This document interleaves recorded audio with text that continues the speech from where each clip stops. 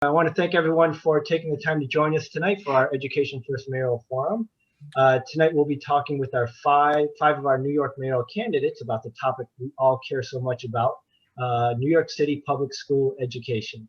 But before we get started, I want to thank all 12 of our co-hosts tonight from across the city, the Caribbean American Society of New York, the Chinese American Citizens Alliance of Greater New York, the Forest Hills Asian Association, the League of Asian Americans of New York, the New York City Residents Alliance, New Yorkers for Safer Streets, Parent Leaders for Accelerated Curriculum and Education, Queens Parents United, South Asian Fund for Education, Scholarship and Training, the Scholastic Merit Fund, UA3, and the United Chinese Association of Brooklyn. I also have the honor of introducing tonight's moderator, Arthur Chien. Arthur is a 3-time Emmy Award-winning newscaster, currently with WNYW TV Fox 5 here in New York City, where his coverage includes doing features, investigative reporting, education, politics, and breaking news. Arthur is also a member of the adjunct faculty at the NYU Arthur L. Carter Journalism Institute. So thank you, Arthur, and I will turn it over to you to introduce tonight's panelists. Thank you so much. It's my honor to be here, first of all. I think they chose a TV person because our time is tight, so I'm going to keep us all to TV time. Also, you would have gotten a print person up here instead of me. I want to say that New Yorkers are very much known for their opinions, it's hard to get New Yorkers to agree on everything, but while I was canvassing for this and researching, I found all New Yorkers agreed on one thing, and that is that our educational system is in deep trouble. That last word is my description. The other words I'll save since this is not bedtime yet for some New York City public school students. I want to talk about the format first, and then we'll just get started and let the candidates introduce themselves, please. We are going to do a 2-minute introduction from each candidate, and then I will ask a round of questions and get through as many as I can. Candidates will have 90 seconds to respond. If a candidate is name checked, they have the option of a 30-second reply after that. But this is a panel and not a debate. And I've got a lot of questions that people be angry at me for not asking. So if we could keep it to a panel instead of a debate, that would probably be really helpful.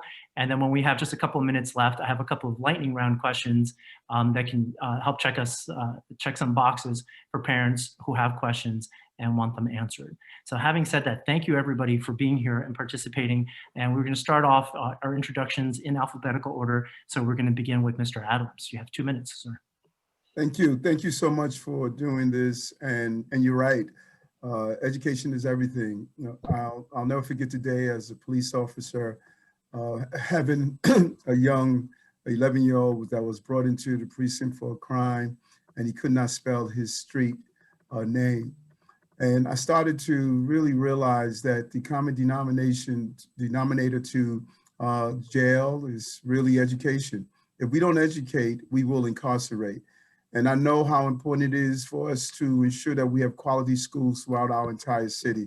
I was bused out of my community to go to Bayside High School from South Jamaica, Queens. We must redefine education in our city. It is unimaginable that over 60% of Black and brown students do not meet proficiency every year, not just 1 year, but every year. We are measuring from the bottom. We can do a far better job. And during this conversation, I want to share my vision on how we can reimagine our schools, ensure that our children stay engaged, and they will be prepared for a future that is going to call for new talents and new skills. So I'm excited about this conversation, and I look forward to the questions that you're going to present as we improve our educational system in New York. Thank you very much, Mr. Adams. Mr. McGuire, your 2-minute introduction, please. Thank you for having me. I'm Ray McGuire. Education is what got me here. I grew up on the other side of the tracks in Dayton, Ohio, raised by a single mother who, along with my grandparents, raised me and my 2 brothers, along with half a dozen foster children. Education and the investment that she made in education is what allowed me to have the opportunity.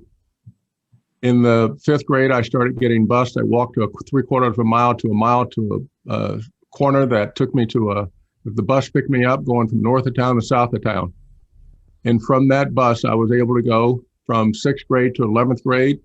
11th grade, I did pretty well. Teacher said, if you're as good as they say you are, go test yourself against the big boys and girls in the East. And I came East and I tested myself. I was able to go to school in Connecticut and then on to apply to colleges, went on to Harvard College and then to Harvard Law School and Harvard Business School. Education and the sacrifices of my mother. And I was on scholarship every step of the way. When I got to New York, I had three things. I had a great education, I had a lot of student debt, and I had no money. And New York has allowed me, with the experiences I had growing up, with my lived experiences, to come to this city and to compete at the highest levels and to be successful and to serve as a model for those others who are coming up, especially the ones who look like me, solely through education. And so I'm fighting for others to have the same opportunities that I had. Education is essential, as it was to me and as it is to all of New Yorkers, especially those who today the system has not addressed, who the system has failed. So thank you for having me, and education is at the core of who I am. All right, thank you, Mr. McGuire. Ms. Sutton, your 2-minute introduction, please. Well, thank you so much. Great to be with you all this evening. I completely agree. The next mayor has the sacred privilege and moral imperative to invest fully in the potential of our over 1.1 million school kids here in New York City. You know, I was blessed to serve in the Army for nearly 30 years before getting to New York City. And so many of my privates, my sergeants, my junior officers, lieutenants, many of them came from New York City or places like the underserved neighborhoods in New York City. And they would talk about the frustrations that they had, some successes with their education, others frustrations, and a lot of guilt that their buddies who hadn't been able to find a path to the middle class, a path to service through the military or other means. And they really felt a version of survivor's guilt. And so now in this position, as we look at the challenges and listen to the parents and their frustration and the botched school openings of these last several months, but you know, the problems didn't just start with the pandemic. We know that they've been going on for a long time and been made worse with the needless conflict and pitting of parents and communities against each other. So I'm running for mayor because I want to make a difference. I want to bring New Yorkers together, and I want to invest in the full potential of every one of our youth. Thank you. Thank you very much, Ms. Sutton. Mr. Yang, your 2-minute intro. Thank you, Arthur. Hello, everyone. It's great to be here with you tonight. I feel like we probably have a lot in common, because if you're here tonight, you're probably a public school parent like I am with my wife, Evelyn. And Evelyn's actually a product of New York's public schools. She went to Stuyvesant. And I know we probably share some of the same frustrations. The two that are top of mind for us right now as a family, number one, we should be fighting harder to open our schools.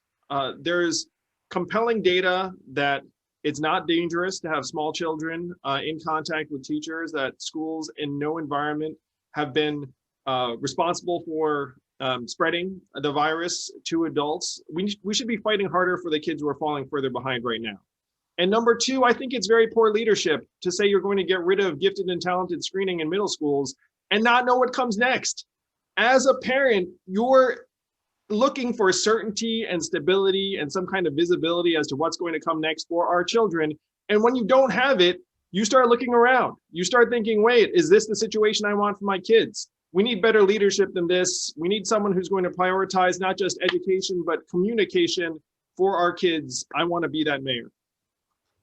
All right, thank you very much, Mr. Yang. I'm going to start with my first question, and I'm going to cut through. I know you get asked this politically a lot, and we're going to try to do it from much more of an education standpoint. The first question is, what are your short and long-term goals to get all of New York City schools functioning at a proficient level?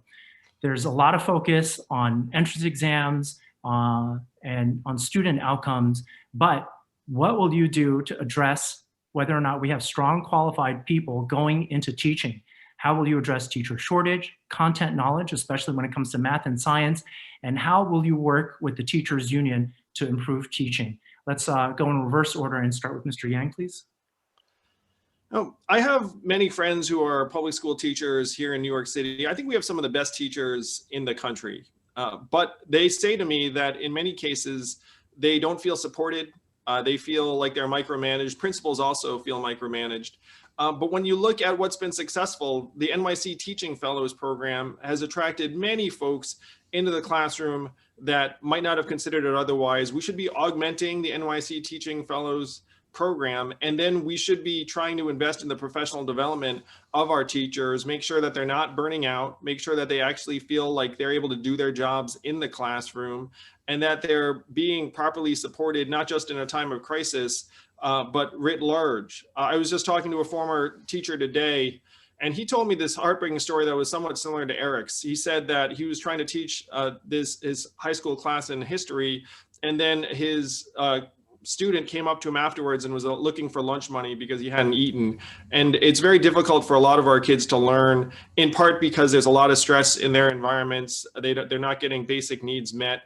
So we need to do a better job of actually getting our kids in position to come to class to learn so that our teachers are able to do their jobs effectively. Okay, thank you, Ms. Sutton. And it was a long question, so if I need to repeat it, please let me know, and I'm happy to do that. But again, so much of the focus is on student outcomes. The question here is, what do we do to get more qualified people into teaching and start improving those standards? I think that change really starts with changed leadership, not only at the mayor's level, but at the chancellor's level. This chancellor has been needlessly divisive. He has split apart communities. He has created division. He has accused those who don't agree with him of being racist. That's just wrong. That's the last thing we need. So we need a chancellor who understands that the power needs to go down to teachers, to principals. You know, over these last several years, the power has gone up. And in fact, there's been a whole nother layer of executive superintendents in addition to the superintendents who were there before. And when you talk to principals and teachers, they just feel cut out of the action. They don't feel like they have a voice. They know what's going on. They're closest to the ground. They long to engage with communities, with the unions, with parents, with DOE, but they don't have that voice. So I think basic respect is the first step with changed leadership. And then I think continuous engagement, sabbatical opportunities, enrichment programs, invest in the potential of teachers as well as our kids. All right, thank you very much, Ms. Sutton. Mr. McGuire, just so that I keep the questions a little bit different as we progress, does this mean that we have exactly the individuals in the profession of teaching that we need as you answer this question of what your short-term actions and long-term actions would be to improve conditions at all New York City schools? So first of all, teaching is fundamental, and the teachers, each of us can look at our lives and how our lives have been impacted. They've been impacted by teachers. My 94-year-old mother-in-law is a teacher. She's a teacher, then a curricular planner, then an assistant principal, then a principal. And what we need to do is we need to begin to invest early. And the plan that I have, the vision I have, is called Cradle to Career, which means that pre-K is good, but we need to start before pre-K, because as we know, and the teachers know, we need to invest in these kids before pre-K, from 0 to 4, because we know that as these children are developing, they're learning. And I want to go from 0 to 4, and then I want to go to make sure when they arrive at pre-K that they're prepared. Then I want to go from 0 to the end of the 3rd grade, and I want to be held accountable for every child in New York City being able to read. Because from 0 to the end of the 3rd grade, these children are learning to read. After that, they're reading to learn. So I want to invest in learning to read up to 0 to the end of the 3rd grade. And then I want to invest further to make certain at the 6th grade that our children get exposed to different opportunities. The way I had a summer job, I want to give them exposure to summer jobs, where they become welders or plumbers or people in finance or people who decide to become coders and programmers, that we give them the exposure and that we get the teachers involved early on. And then I want to make sure by the time they graduate that they can go to either a job, a career, or 2 or 4 year college. All right, Mr. Rowe, we'll have more time to expand on those in a bit, but I want to make sure I give equal time to Mr. Adams. And in particular, I don't think anybody's addressed working with the UFT to improve teaching, but if you would answer the larger question, if you want to also take on the last one. Thanks so much. First of all, let's deal with short-term and immediate. We have to catch up. Those children, the loss that we've experienced over COVID-19. Research has shown we have not had a substantial drop in English, but we've had a major drop in math. And for the jobs of the future, We have to catch up with that. That means extended school hours. That means weekends. That means also we should not have had last summer off when we knew we already had a time deficit. We should have used those opportunities to catch up. And so the immediate to deal with the trauma children are experiencing, do the lost in education to get them caught up immediately. Long term, we need to look at what I hear people say often. I hear different versions, K through 12. I hear 0 to 3. That's not the science. The science is prenatal through career.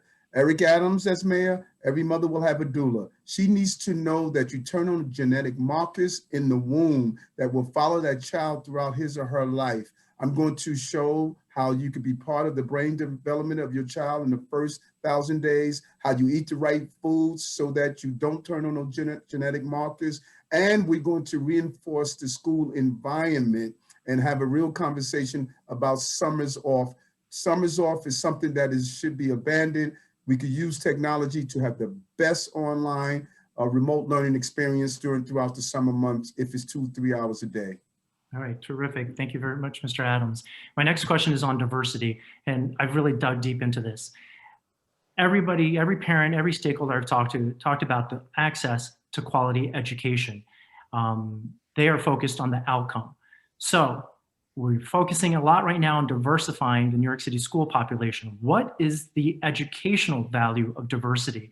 Is there some tangible benefit that's not in textbooks, or otherwise is the presumption that a student body must have those of a particular race or ethnicity in order to become a good or successful school?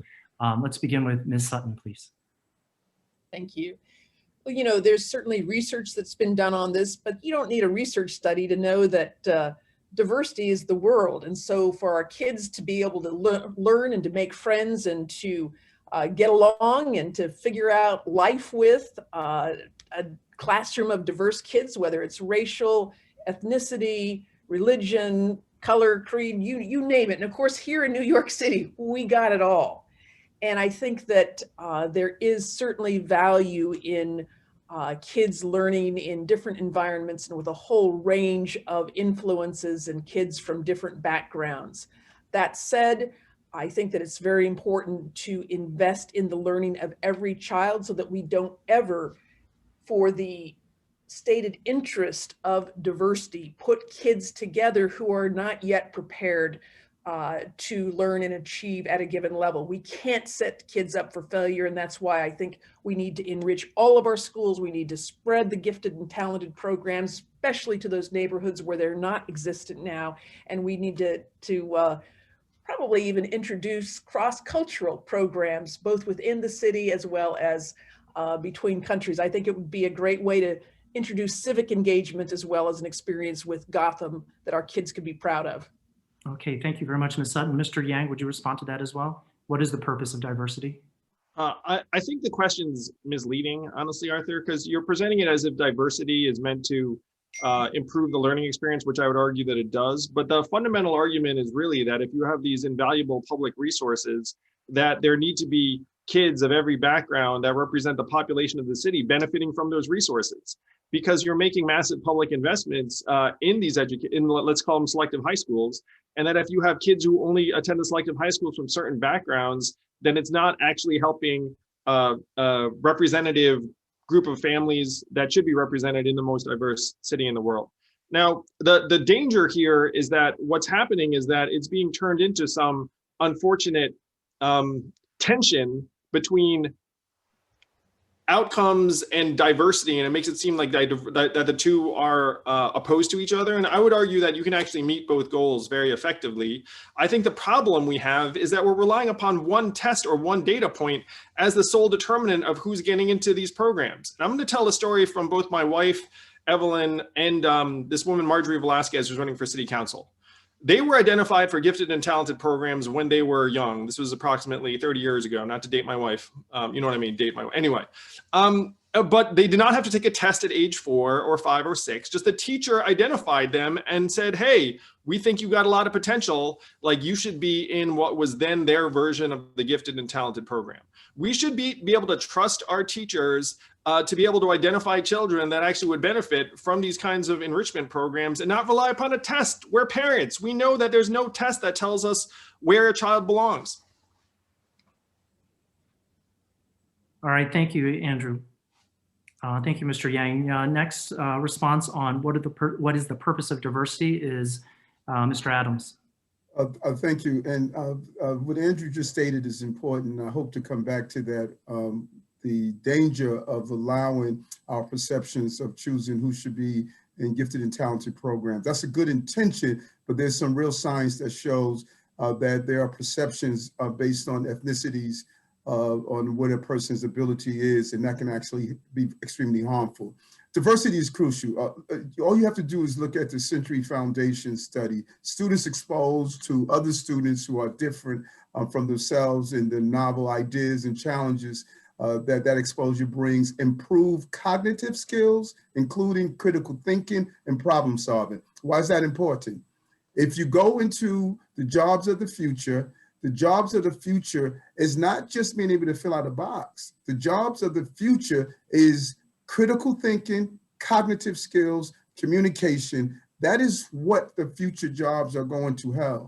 So if we are still using antiquated methods to prepare our children for the future, we're putting them in a terrible place. And 96% of major employees like Wells Fargo's, Fox, and others state that they believe to get the best product out of their employees, they must have the ability to interact and feel comfortable working with colleagues, customers, all clients from diverse cultural backgrounds. This is no longer an option. We must have diversity in our school system to get the product we need for the future.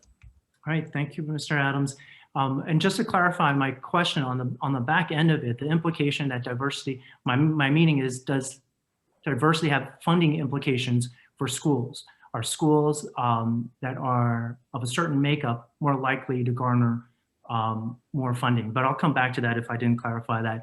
Mr. McGuire, your turn to talk about the importance of diversity, whether it has some sort of educational benefit aside from it being a moral victory. You know, I want to stay away from the gifted and talented now. I want to focus on the 1 million+ students, not the 30,000. The answer is it's almost somewhat of a rhetorical question by definition. And in Just to be clear, sir, I'm not talking about G&T. I am talking about the entire public school system, just to be clear.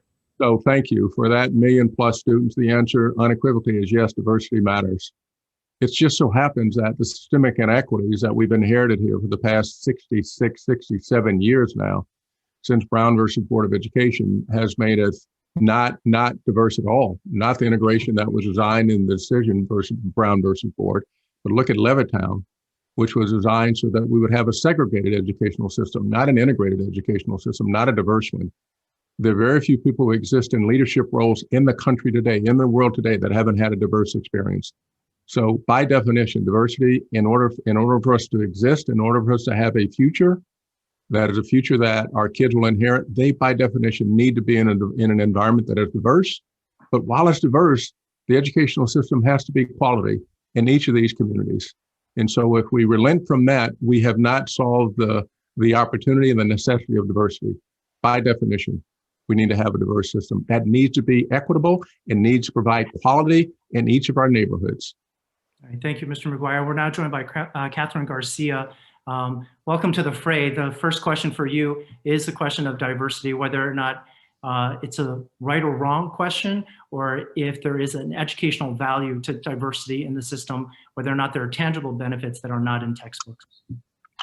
Thank you, and I apologize for being late. I was jumping off another Zoom. Diversity is critically important because that is the experience that our children will graduate into in the work world. We also need to ensure that there are resources equally distributed across all of our schools so that we are allowed to have really enriching educational experiences for all the kids in the city of New York. You know, that is, I think we got identified as gifted and talented a bazillion years ago when I was in elementary school, but we were told that we were not special. They were very clear, you were not special if you were in gifted and talented. But it was really about having enriching experiences. And so rather than focus on creating specialty programs. It's about making sure every school has an opportunity, not just for math and science and reading, but art and music and interacting with the city of New York. I mean, even learning our history and going out and seeing the oldest buildings in the city of New York are enriching for all of our students to get them engaged in learning and get them enthusiastic about learning. Okay, thank you very much.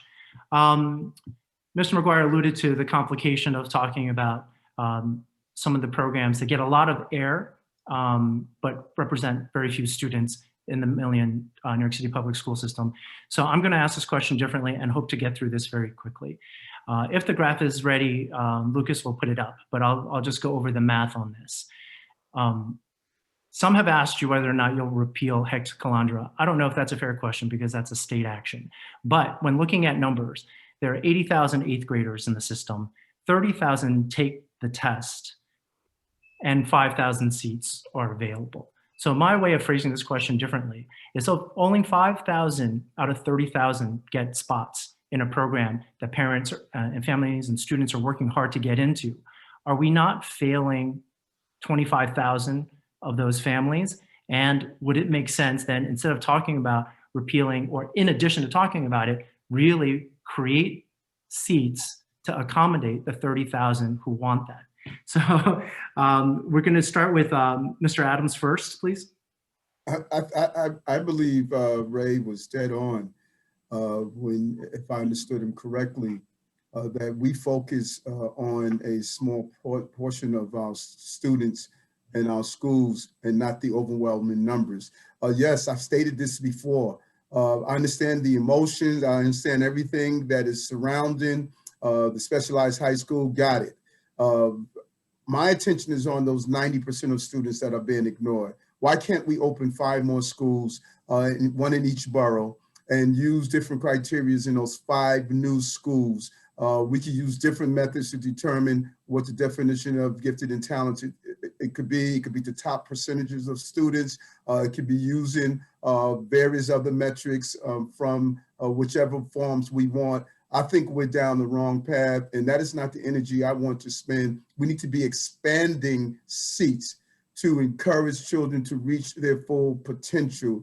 And that's not what we're doing right now. This does not have to be a zero-sum game.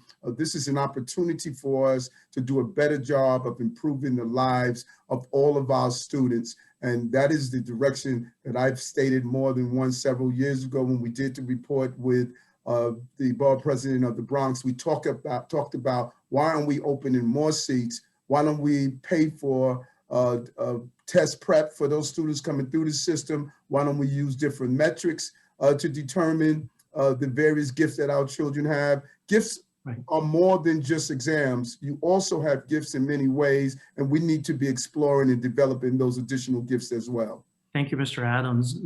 Ms. Garcia. My focus is on expanding the number of seats. I had proposed, similar to the borough president, that we open new high schools and that we specifically do it and offer admittance to the top 10% of middle schoolers by grade point average, regardless of what middle school they come. To be clear, how many seats are you looking to expand then if it's 10%? Have you calculated that? Right, so there are about 80,000 eighth graders. Mm-hmm. So you're talking about 8,000 additional seats for those schools in the first year, and then it grows obviously with each successive grade going up. But you're really looking at ensuring that there is more opportunity, and this is a model that's been used actually for Texas college admissions, and has changed the makeup of the University of Texas system. And really given opportunity across the board. And so I would focus on the expansion of it and reject the idea of scarcity, that we are only focused on the scarcity of those specialized high schools. And, I do have a little bit of experience with the specialized high schools. I did graduate from one of them. All right, we have a few achievers in the bunch already. Mr. Yang, if you would respond to this question as well. I agree with the idea of the question. If we have such demand for these excellent high schools, why do we not create more of them? I propose that we create 2 new specialized high schools in each borough, because one issue too is that you have kids who are commuting an hour plus each way to get to their school. If it's like a real commute, like that's not great for their development. So you could expand capacity very considerably, almost double, depending upon the size of the new specialized high schools. And I would not abandon the SHSAT. What I would do is something similar to what Catherine's describing, which is consider their academic record, essays, interviews, and other factors, because that's how the kids are going to get evaluated when they're applying to college anyway, 3 years later. You know, we might as well like have them experience a process that's more similar to their and align with their goals. So keep the test, expand the criteria, and expand the number of selective high schools by 2 in each borough. Okay, thank you. Ms. Sutton.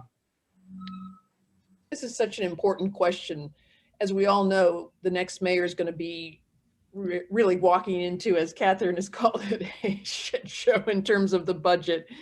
And so I think that one of the things that I would want to make clear is that my priority would be to establish new specialized high schools in the boroughs like Queens, like the Bronx, that currently are underserved, but would certainly over time be open to more. And I like the idea. I was stationed in Texas 4 times, and I'm well acquainted with teachers and principals and students who have gone through their system and been able to really, no matter where they grew up in Texas, have been able to access a quality education. So I think that does have some merit for us here in New York. But I don't want our kids to grow up thinking that they either get into a specialized high school or their life is just over, because that couldn't be further from the truth. And that's where the early investment in things like apprenticeships and pathways to coding and trade schools and tech and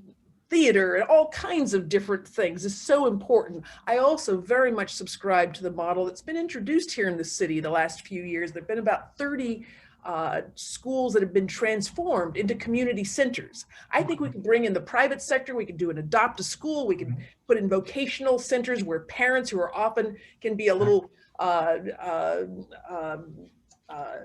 fearful of engaging with the school, but they can get their GED. Right. They can engage in their school and their career goals as well. So there's so much that can be done in this area. Thank you. Thank you. I'm going to go to Mr. McGuire for his response to this, please. Yeah, so I want to be clear. I am for excellence in education. I am for the specialized high schools.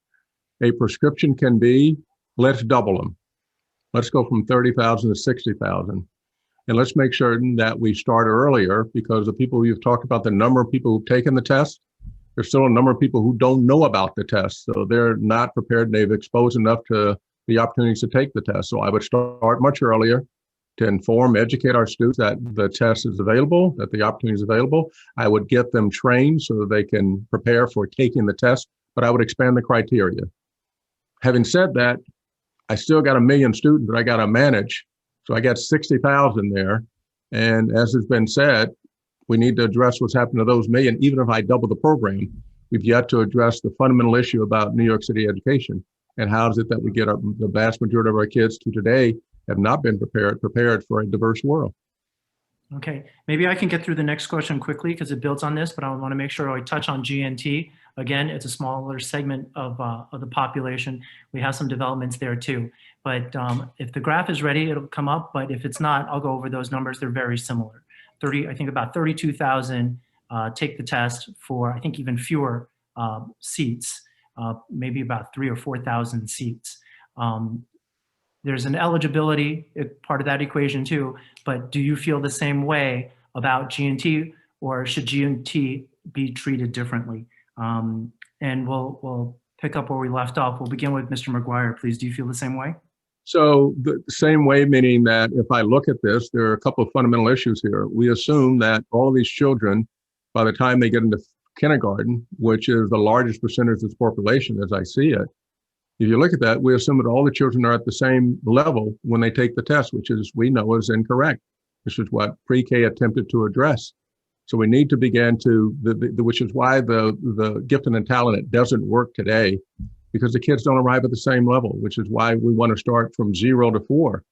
And as the data says, you need to get those kids ready with parental care, with toddler care ahead of time. So we invest there. And by the way, we also need to make certain that the teachers who are teaching at these levels are adequately compensated. We shouldn't take the teachers who are teaching the most precious part of these children's lives. We shouldn't treat them in a way that they don't get compensated at the same levels. So I'm looking at these numbers and I get 15,000 kindergartners that are tested. Look at how many kindergartners there exist in the system and how many of them don't have the opportunity to be properly nourished, to be properly trained, to have the right child care, to have the right toddler care before the test before we administer the test. So it has to be completely restructured and rethought, not reimagined, but fixed if you're going to have gifted and talented. Okay, thank you very much. Ms. Sutton, same question. Would your approach to G&T be the same as the specialized high schools? You know, I think with the G&T, we first have to just recognize we've got gifted and talented kids all across our city that currently aren't getting the resources. They're not getting the enrichment that they deserve.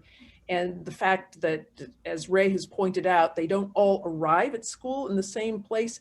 We've got to invest early. We've got to, you know, all the social determinants of health, all of the prenatal factors, as Eric has said, and all of the things that we know generate a vibrant, learning, robust health and readiness to learn and take on that challenge. So I think that in my view, gifted and talented programs need to be expanded. The eligibility criteria needs to be changed so it's not one monolithic criteria for the entire city, but adapted for different schools, different districts, different boroughs.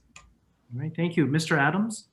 Yes, these numbers are extremely revealing, and in fact, it is an indictment, and it's really troubling to understand the low expectation we have for our young people, particularly in Black and Brown communities. And we have to be honest about it. If 65% of any other ethnic group in this city was not reaching proficiency, it would be a national emergency. And to not acknowledge the hidden racism in our Department of Education and low expectation for Black and Brown children, and then to fail to acknowledge that when we get to these numbers, it is already too late. We're testing kids at 4 years old. They don't reach 4 years old together. They're at a different place. And that is what is alarming, that we fail to understand the seeds that we are planting is setting people up for failure. And that is what must be acknowledged. And if we don't go to the core of the problem, we're going to continue to engage really in a useless conversation because it's far too late. 3K was admirable, it was important, but in reality, that is too late. 1,000 days of life. If we're not willing to go back there, which I am willing to do, we'll never turn around the educational crises that we are experiencing. You know what's interesting? Right. Even if your child is not dealing with the failure of education, you are still paying for it because that child that's not educated becomes a weight on our entire city, and your tax dollars is going for the systemic poverty that's created from it. Thank you. Thank you, Mr. Adams. Mr. Yang? One of my boys tested into gifted and talented. We determined it wasn't a good fit, so he's in another public school program. We should face the reality that these programs, in many cases, are what are keeping a lot of families in the city. And that I think getting rid of these programs without some kind of real replacement is making some people think that the city might not be right for them and their family. I would keep these programs. I would expand the criteria to be more holistic and more representative of the different neighborhoods and the demographics of our city. But I think getting rid of these programs is a mistake. I think that they have a lot of value. And I think that we should be trying to have that value be more broadly distributed to more families in our city. All right, thank you. And Ms. Garcia? You know, one of the interesting things about this conversation that I come from a place where in my neighborhood, the public school with the one that I went to and that I sent my children to is strong enough that nobody applies for gifted and talented. It's not a thing. You just go to your local school because it's a good school. And that is what we need to strive for across the city. And how you do that is ensuring that every school has real things that are attractive to the kid and to the parent. And that includes, as I discussed before, things like music, things like bilingual education, things like art, and things like being able to activate the city. But I don't believe that you should test a 4-year-old. And I do agree with many of my fellow candidates on this. We need to invest in early childcare. For families under $70,000, I've proposed free childcare in 0 to 3 to ensure that they are prepared when they walk in the schoolhouse door. And also to support women who end up bearing the brunt of much of that childcare and don't have as many opportunities to go to work if that is the burden that they shoulder, or worry because they're in substandard care when they do have to go to work. Okay. But I want to make sure that we give kids the opportunity so that they can really thrive in their elementary school. Okay, thank you. Now I want to get to some current events as a news person. There are 2 things that have happened that I wanted to get your reaction to. The first is the panel on education policy and their move to not sign that contract or to vote against the contract for G&T testing, which is just around the corner for parents.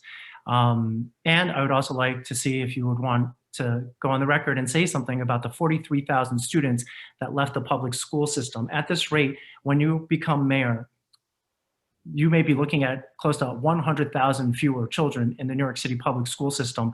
Are there budget ramifications? How do you see these 2 current developments? Let's begin with Mr. McGuire, please.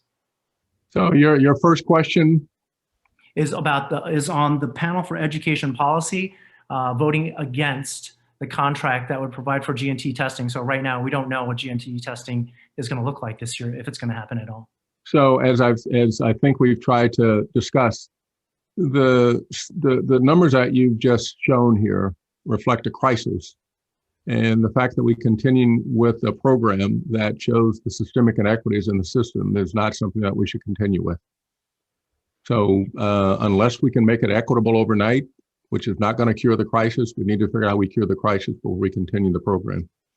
And you also have time to respond to the 43,000 students who have left the New York City public school system. How do you see that? So that, I think, is reflective of where we are in the crisis. We've identified a crisis of COVID. We've identified a crisis of the economy, a crisis of what's taking place with our policing, and a crisis in education. And our New Yorkers recognize that alternatives exist unless we come in and repair this. And so what has to be of immediate importance, and I have a vision of the economy and safety, security, and quality of life and education as a premier priority in my administration. We have to address this. We need to attract 42,000 people, not lose 42,000 families because the education system does not work for them. Thank you, sir. Mr. Adams, if you'd comment on these 2 developments. Yes, first the gifted and talented testing. I think it's important, as I continue to say, that families should be able to opt into the G&T testing and not, opt out. They should, every child should have an opportunity to do so. In addition to that, during the report and study by Borough President Diaz and I, we found that access to gifted and talented program. Many districts did not have the programs. Family had to travel far to get in the program. There were so many obstacles and barriers. But I also agree with what Catherine Garcia stated. All of our schools should be gifted and talented and have the access. We need to do a complete analysis. As mayor, we're going to look at all of our schools who have the music programs, PSAL sports activities, who have all of those things that are needed. We give basic education in poorer communities, and we give excellent education in others.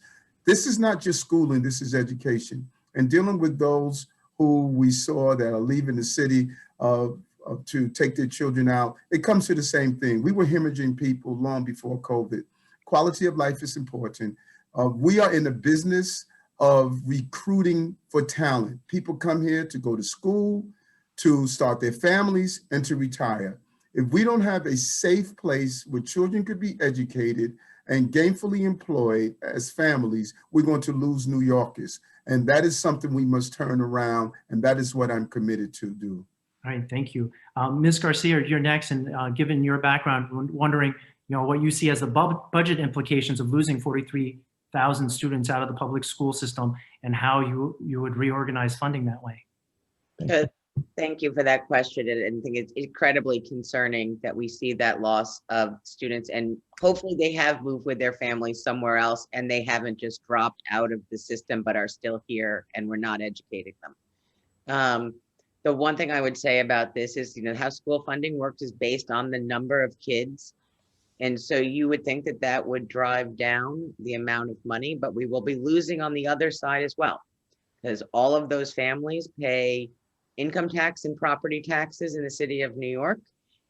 So the budget implications happen on both sides of the ledger.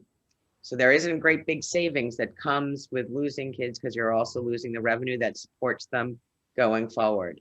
But we need also to be focused on the fact that we are going to have to catch up a whole year of education.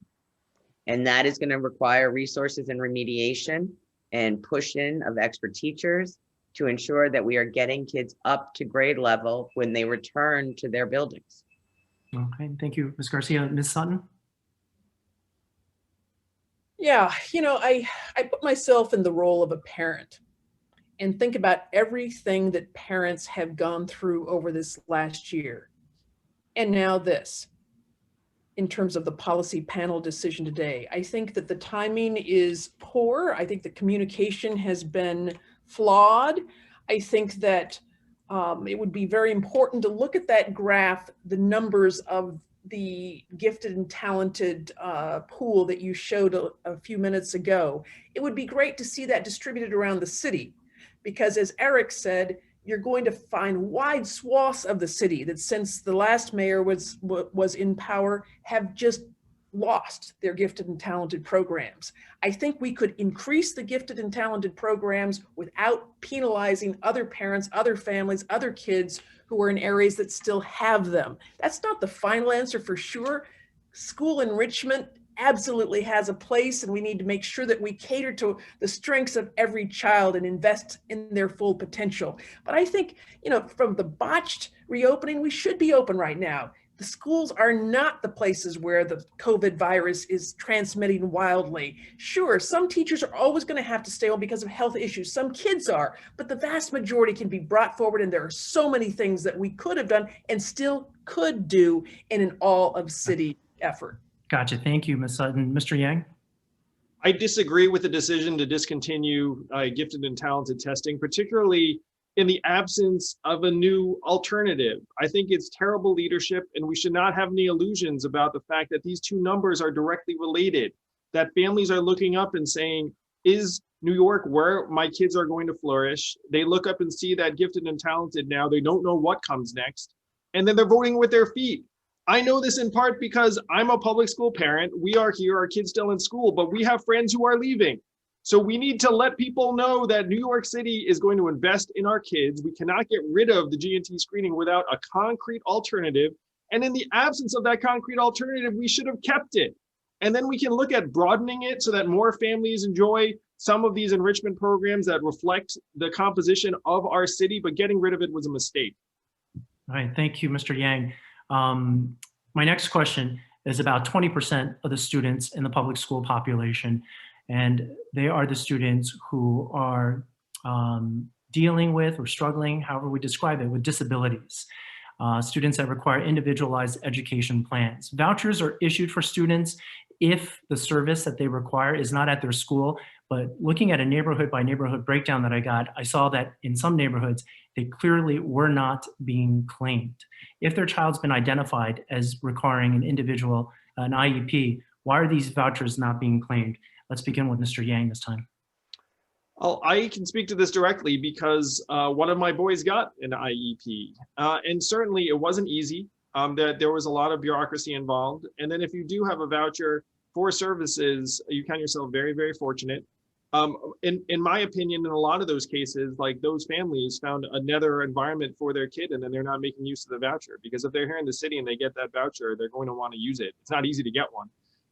So I have a feeling that's what's happening. It's related again to some of these issues where the city needs to be investing in special needs families like mine, whose kids need different curriculum, different levels of resources. And there's a massive opportunity here, because when the city does not meet the needs of a special needs family, the city often ends up paying more, not less. That's the way that things work, in part because these vouchers you're describing. And New York City actually has this high concentration of special needs families like mine. And so there's an opportunity to create schools that actually serve the needs of boys like our son, and save money. So that's where we should be investing as a community. Thank you, Mr. Young. Ms. Garcia?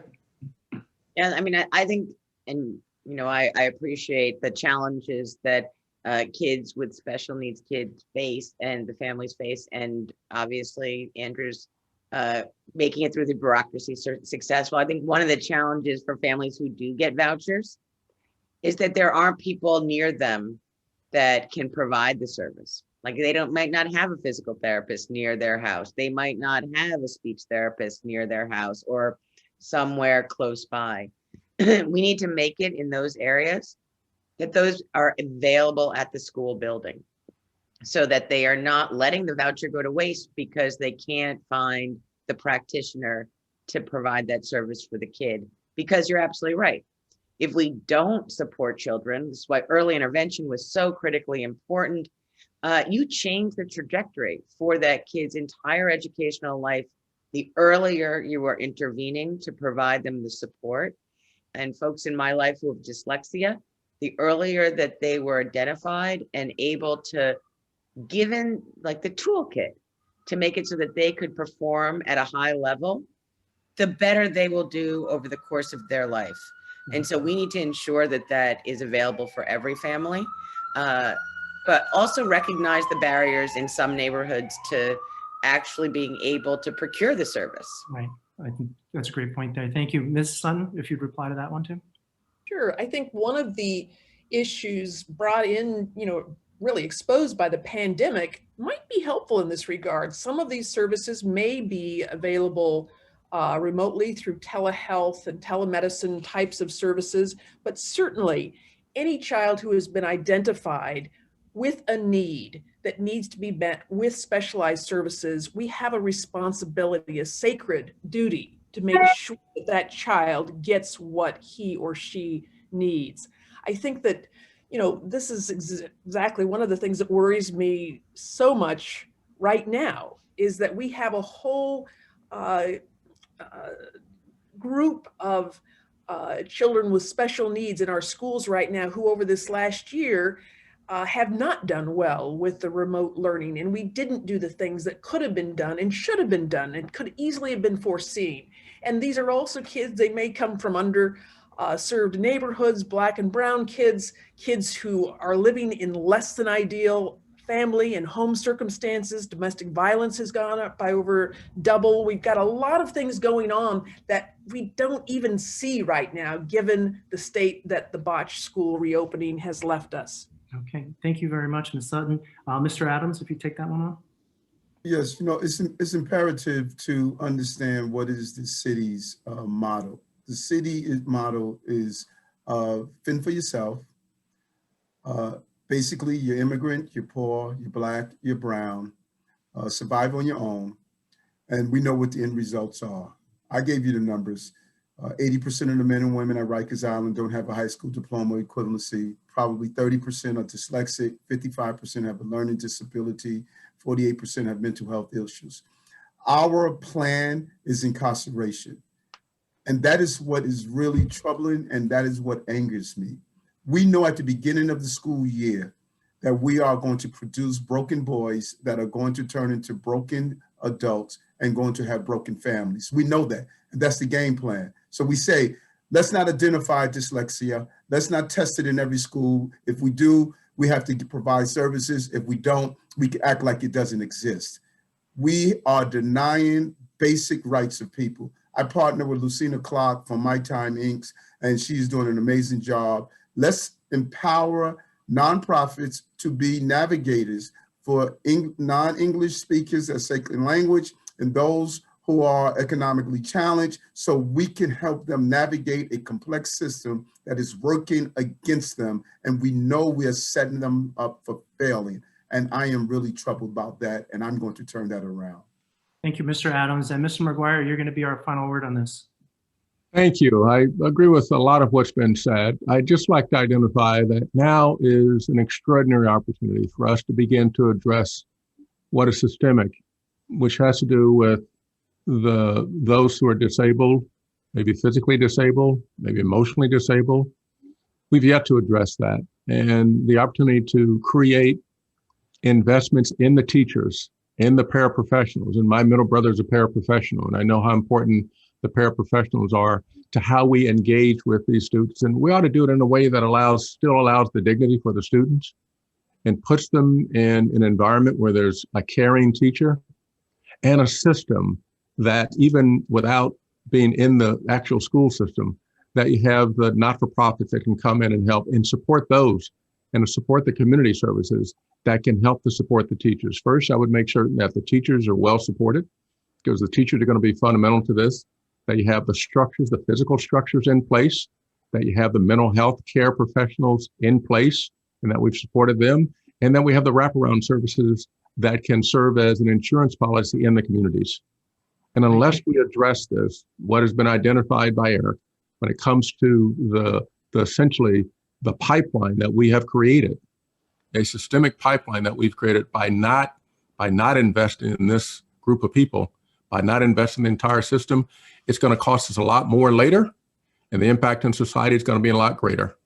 And so we have the opportunity today, with the right commitment and focus, to address issues which are so fundamental to how this city works. Thank you. Thank you very much, Mr. McGuire. That brings that closes the time for the main questions. I'm going to do the lightning round now, which will be equally fun, I'm sure, for all of you guys. My first question is for the yes/no: is do grades matter, or should we teach in the middle? Right. So the question is, do grades matter? This is asked in the context of the New York education leaders waiving the region's high school exit exam requirements, and now also asking the federal government for permission to cancel the state standardized exams for a second year in a row. So in our lightning round, beginning with Mr. Yang, yes, no, do grades matter? Yes. All right. Ms. Sutton?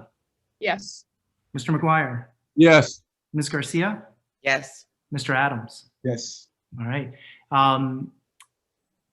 The second lightning round question: will you restore G&T testing? You become mayor in January, and as Ms. Garcia has used a different term, explaining the show that you will inherit, will you in January, if G&T testing isn't there, reinstate it until another plan can be in place? We'll begin with Mr. Adams. Yes, no, sir? A new plan I will install. All right. Ms. Garcia? A new plan. Mr. McGuire? A new plan. Ms. Sutton? Sign me up. New plan. Mr. Yang? Yes, with adjustments. All right. I heard the yes. Next lightning round question: will you convert charter schools in historically underrepresented parts of the city into public schools, whether they be high schools, specialized or not, G&T, for whatever grade? These are schools that are already successful in neighborhoods where we need to beef things up. Let's begin with Ms. Sutton. I want to make sure I understand the question. Yeah, I gotta make sure I understand that one. Good job as a journalist, right? All right. Charter schools are already serving neighborhoods in this city that need help, and there are charter schools that are quite successful at it. Yes. My yes/no question is: should an effort be made to make these charter schools part of what almost everybody here has said is the formula they want to expand access to better education, which means converting them into the public school system to either become specialized high schools or G&T schools or just regular schools, but given their success already geographically in those neighborhoods? Did I do a better job this time? So we'll begin with Ms. Sutton. Still muddy, Arthur. I want to make sure that we're not saying we take successful charter schools and fold them into the regular system. If what you're saying is that this could be perhaps the substrate for new specialized high schools in some of the underserved areas, and as we've talked about, absolutely. But let me say another thing about charter schools. Well, I'm going to try to keep them yes/no there. But, oh, sorry. But you get a half of my salary for moderating this panel. Mr. McGuire, yes/no, sir? When I convert what's working into something that is speculative, I would keep what's working. Okay, great. Ms. Garcia? I would keep what's working. All right. Mr. Adams? I would keep what's working. All right. And Mr. Yang? I would keep what's working. Okay. Second to last lightning round question. Would you support PTAs augmenting funding for schools? Should schools that fundraise the most money share with schools that are unable to fundraise? Let's start with Mr. McGuire. Yes, no, sir?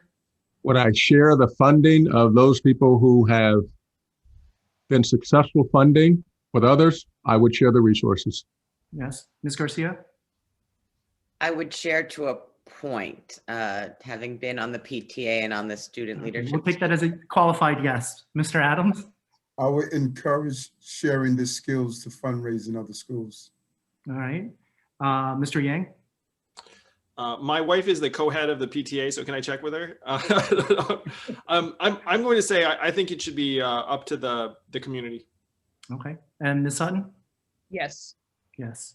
All right. Last lightning round question. And some of you have already asked this, so I'm going to ask it as a two-part yes, no, because somebody on this panel, I won't say who, hasn't been asked this question as far as I know on the record yet. When you become mayor, will Chancellor Carranza stay on the job? Yes, no. And if it's a no, do you already have in mind who might, well, do you already have somebody in mind to replace him with? Let's begin with Mr. Yang. No, he would not stay in the job, and I am working on the second half. Okay, Ms. Sutton? No, he would not stay on the job, and I do have a short list in mind. Okay, Mr. McGuire? No, he would not, and I do have a short list in mind. All right, Ms. Garcia? No, he would not. And I do have some thoughts about who might be. And Mr. Adams? Bring us No, home. he does not. I know who my next chancellor would be. Can you share, Eric? Yeah. You're the only one who had a specific person, Eric. That's on the spot. Let's make some news. On that note and on these smiles, we thank all the panelists, all the mayoral candidates for being here. Some may question your sanity for taking on this challenge, but we applaud your courage and your vision and appreciate your time getting into these very complicated but very important questions to the people of New York City. So thank you so much for being here and answering these questions, guys. Thank you. Hey, everyone. For having us. Well done. Thank you all. Thank you. All right, take care, guys.